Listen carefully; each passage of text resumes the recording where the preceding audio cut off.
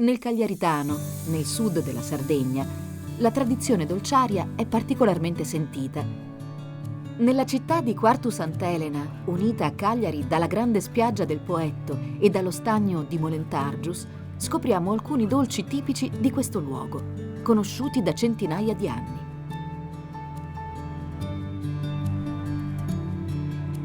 Anna Maria è una donna abilissima nel confezionare sapori, conosce e ama trasmettere i segreti dell'arte pasticcera. Ci mostra il Pirichittus de Bentu, un dolce tipico di questo territorio, sconosciuto altrove. Sulla padella contenente dell'acqua si discioglie lo strutto e quando il composto va in ebollizione si aggiunge la farina in un'unica gettata. Se così non fosse, si formerebbero grumi. La pasta deve essere lavorata accuratamente sul fuoco per circa 20 minuti, fino a quando si distacca dalla parete della padella. Questo significa che è divenuta elastica, consistente e particolarmente asciutta, pronta per assorbire una grande quantità di uova non appena si sarà raffreddata.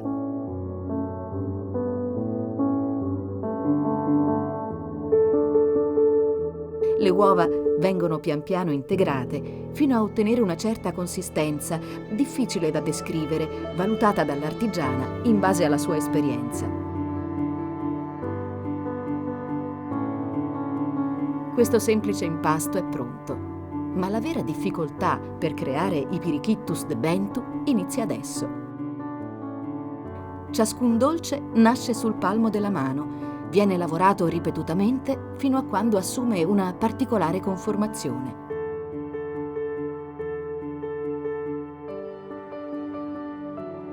Un testo del Settecento racconta di questo dolce, lo chiama boccoli di pasta e in effetti la forma che assume, prima di essere letteralmente lanciato sulla teglia, assomiglia realmente a un boccolo.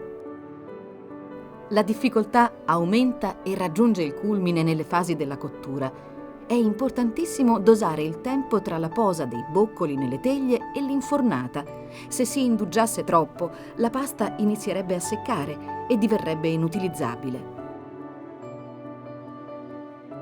Per circa 15 minuti il forno non deve essere aperto. In questo tempo i dolci cresceranno rapidamente, facendo onore al loro nome, Pirichittus de Bentu, Pirichittus di vento, proprio come se una folata di vento attraversasse il forno e li gonfiasse. I sardi conoscono bene i forti venti che battono l'isola. In tempi lontani sono stati questi a ispirare qualcuno a dare il nome a questo dolce molto grande e leggerissimo, che verrà consumato solamente dopo aver ricevuto la glassa con diversi passaggi. In Sardegna, soprattutto nel Campidano, non si celebra nessuna festa importante senza i Pirichittus de Bentu.